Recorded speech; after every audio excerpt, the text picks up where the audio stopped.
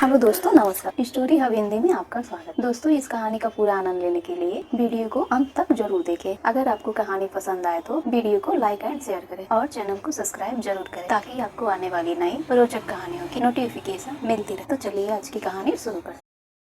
ये कहानी कानपुर के दिव्यनगर कॉलोनी की है। विजय और मीरा एक ही कॉलोनी में रहते थे, लेकिन वो एक दूसरे से अनजान थे। विजय का एक भरा पूरा परिवार है, जिसमें दादा दादी, माँ पापा, भैया भाभी, एक छोटी बहन और वह खुद, यानी उसके घर में कुल 8 लोग रहते थे। और रहने के लिए एक छोटा सा मकान, जिसमें केवल 2 कमरे, एक बरामदा था। एक रूम पर भैया भाभी का और दूसरे रूम पर माँ पापा का कब्जा था। हाल में दादा दादी और छोटी बहन सोते थे। अब रह गया विजय, पर उसके लिए तो जगह ही नहीं बचती थी। माँ पापा कहते थे कि वह उनके रूम में आ जाए, पर भला जवान बेटा अपने माँ पापा के कमरे कैसे आ सकता था। विजय को कुछ शर्म सी महसूस होती थी। खैर, एक दिन विजय वहाँ सोया तो रात को कुछ आवाजें सुनाई दी। उसे लगा कि माँ पापा धीरे धीरे कुछ बात कर रहे हैं। खैर, बात तो कोई भी हो सकती है, लेकिन उसके बाद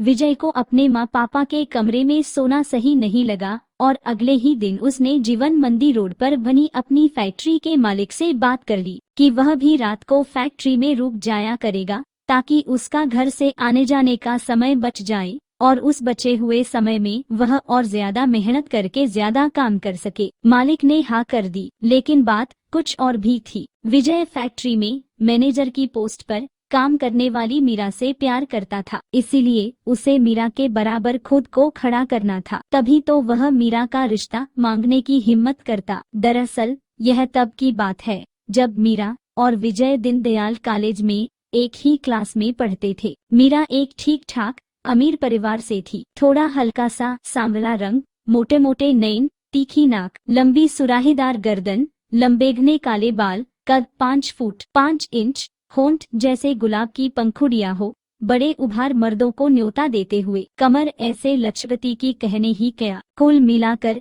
मीरा किसी का भी दिल धड़काने के लिए काफी थी। जैसे ही मीरा की कार कॉलेज के अंदर आती तो जवा दिलों की धड़कनें सम जाती। कोई उसकी कार का दरवाजा खोलने दौड़ता तो कोई जहाँ होता वही बूथ बना केवल उसे देखता रहता। मीरा पर हजारों जवा दिल फिदा थे, मगर वह किसी की तरफ भी ध्यान नहीं देती थी। कार पार्क करके सीधा अपनी क्लास में और क्लास के बाद कार में बैठ घर की तरफ चल देती थी। अब जानिए हमारे हीरो विजय के बारे में। साफ रंग, कद 5 फुट 8 इंच, घुंघराले बाल, माथे पर हमेशा एक बालों की लट झूलती रहती, चौड़ा सीना, मजबूत बांधे, चाल राजकुमारों सी, एकदम हीरो। मगर वह एक पुरानी सी स्कूटी पर कॉलेज आता जाता था। साधारण परिवार का जो था। कॉलेज इश्क एक ऐसा अखाड़ा होता है जहां किसी न किसी का किसी न किसी से पेंच लड़ ही जाता है। मगर ये 2 महान हस्तियां ही ऐसी थी जिन्हें अभी तक किसी से प्यार नहीं हुआ था। मीरा प्यार मोहब्बत के झमेले में पड़ना नहीं चाहती थी और विजय घर के हालात से मजबूर था। जब तक वह पढ़ लिख कर कुछ बन न जाए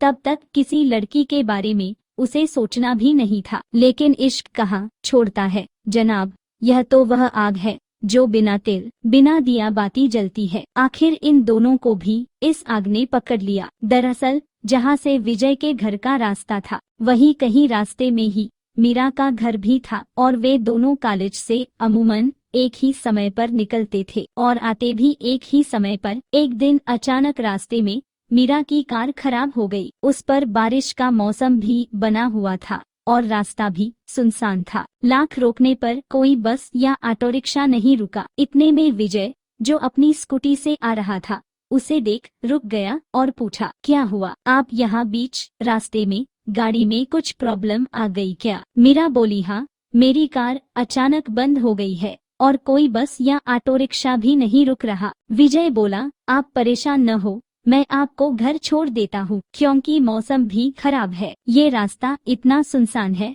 कि आपका यहाँ ज्यादा देर रुकना ठीक नहीं है। लगता है कि थोड़ी देर में बारिश भी होने वाली है और यहाँ आसपास कोई कार मैकेनिक भी नहीं है। अगर आपको ऐतराज न हो तो आप मेरी स्कूटी पर बैठ जाएं। मीरा को कोई और रास्ता भी नजर नहीं आ रहा था, इसलिए वह विजय के पीछे स्कूटी पर बैठ गई। मगर जैसे ही उसने विजय को पकड़ा, मानो दोनों ने किसी बिजली के तार को छू लिया हो। सनसनी सी बनकर एक लहर दौड़ गई बदन में। उस पर बारिश भी शुरू हो गई थी। एक तो बारिश से भीगने पर बदन में कंपाहट, उस पर आग और घी का मिलन, ज्वाला तो भड़कनी ही थी। तब से दोनों के दिलों में इश्क ने बसेरा कर लिया था, मगर मुख इश्क में न मीरा जबा से कुछ कह सकी, न विजय इश्क कबूल कर सका। समय बीतता गया। दोनों रोज केवल एक दूसरे को देख देखकर आह भरते रह गए और कॉलेज की पढ़ाई खत्म हो गई। कोई इकरार नहीं कर पाया। दोनों की दिल की बात दिल में रह गई। इत्तेफाक से पढ़ाई खत्म होने के बाद दोनों की नौकरी एक ही जूता फैक्ट्री में लग गई। हुआ यूं कि मीरा के पापा की लाजपत राय मंडी रोड एक जूता फैक्ट्री के मालिक सिद्धू से अच्छी जान पहचान थी और इस वजह से उनकी बेटी मीरा को मैनेजर का पद मिल गया था। इधर विजय को बहुत मेहनत के बाद किसी जानकार की सिफारिश से लाजपत राय मंडी रोड की उसी फैक्ट्री में काम मिल गया। उसने आते ही मीरा को देखा तो हैरान रह गया। एक दूसरे को सामने देखकर दोनों का प्यार दोबारा हिलोरे लेने लगा। एक दिन विजय जब फैक्ट्री से छुट्टी के बाद घर जा रहा था तो रास्ते में देखा कि मीरा कार रोके खड़ी थी। मैडम, क्या हुआ? कार खराब हो गई क्या मैं आपकी कुछ मदद कर सकता हूँ? इतना सुनते ही मीरा कार से निकली और विजय के गले लगकर खूब रोई। विजय ने पूछा, अरे मीरा, क्या हुआ? सब ठीक तो है न? जल्दी बताओ, मुझे चिंता हो रही है। मीरा बोली, विजय, तुम्हें अगर मेरी जरा भी परवाह होती तो इतने पत्थर दिल न बनते, मेरे प्यार से अनजान न रहते। क्या तुम्हारा मेरा रिश्ता इस एक नौकरी की वजह से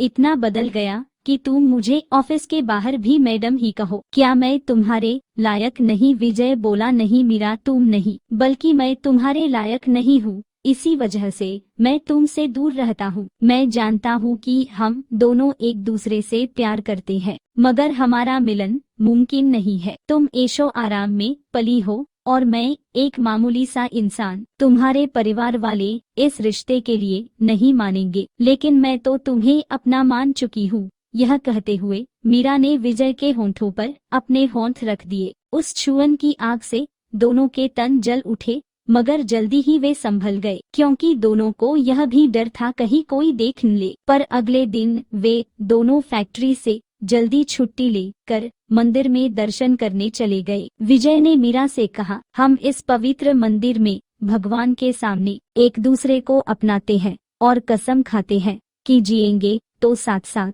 मरेंगे तो साथ साथ। दोनों के जवाब दिल धड़क रहे थे, मिलन को तड़प रहे थे। अब दूर रहना मुहाल हो रहा था। वे दोनों वहां से बाहर आए और किसी सुनसान जगह की ओर चल दिए। ज्वालामुखी जो अंदर दहक रहा था वह न जाने उन्हें किस ओर ले जा रहा था। उन्हें खुद इस बात का अंदाजा नहीं था। एक जगह पर मीरा ने जैसे ही गाड़ी रोकी, विजय पिघल पड़ा उस पर मोम के जैसे और लपेट लिया उसे अपने अंदर। मीरा भी विजय की बाहों की गिरफ्त में आने को छटपटा रही थी। बस एक जलजला काफी था दोनों को इश्क के दरिया में डुबाने के लिए, और वे डूब भी गए। एक कुंवारी ने अपना कुंवारापन न्योछावर कर दिया अपने प्यार पर। मन से तो पहले ही उसके सामने बिछी हुई थी, आज तन से भी बिछ गई। जब सब बह गया तब होश आया। दोनों सोचने लगे कि अब आगे न जाने क्या होगा, क्योंकि यह तो मीरा भी जानती थी कि उसके पिता इस रिश्ते के लिए नहीं मानेंगे। विजय ने मीरा को भरोसा दिलाया कि जब तक वह कुछ बन नहीं जाता है तब तक वे नहीं मिलेंगे। मीरा ने अगले ही दिन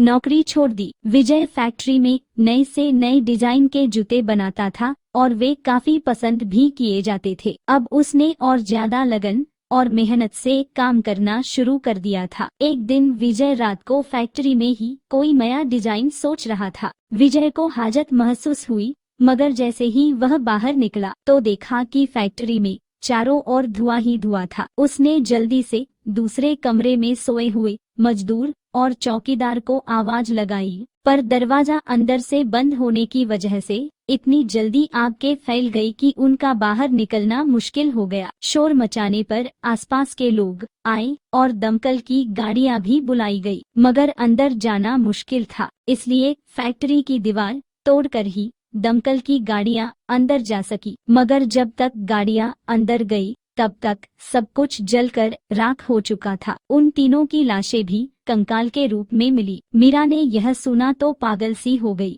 मीरा के पिता ने बहुत इलाज करवाया मगर वह विजय को भूल नहीं पाई। बाद में उसके पिता को मजबूर होकर मीरा को आगरा के पागल खाने में भर्ती कराना पड़ा। उसने आगरा के पागल खाने में दीवारों पर विजय विजय लिखा हुआ था। पागल खाने की दीवारों में इश्क की तड़प की आवाज आज भी सुनाई देती थी। अक्सर रातों को मीरा के चिखने की आवाजें आती थी। कोई मेरे विजय को बचा लो, कोई मेरे विजय को बचा लो, या मुझे भी उसी आग में जला दो। तो दोस्तों, यह थी हमारी आज की कहानी। उम्मीद करते हैं हमारी आज की कहानी भी आपको पसंद आई होगी। आपका क्या कहना है इस कहानी के बारे में कमेंट करके हमें जरूर बताएं। वीडियो को लाइक कर दीजिए और इसी तरह की कहानियां लगातार देखने के लिए चैनल को सब्सक्राइब करके घंटी को दबाकर ऑल पर सेट कर लीजिए ताकि आने वाली वीडियो का नोटिफिकेशन आपके पास तुरंत पहुंचे। मैं मिलती हूं आपसे अगली वीडियो में, तब तक के लिए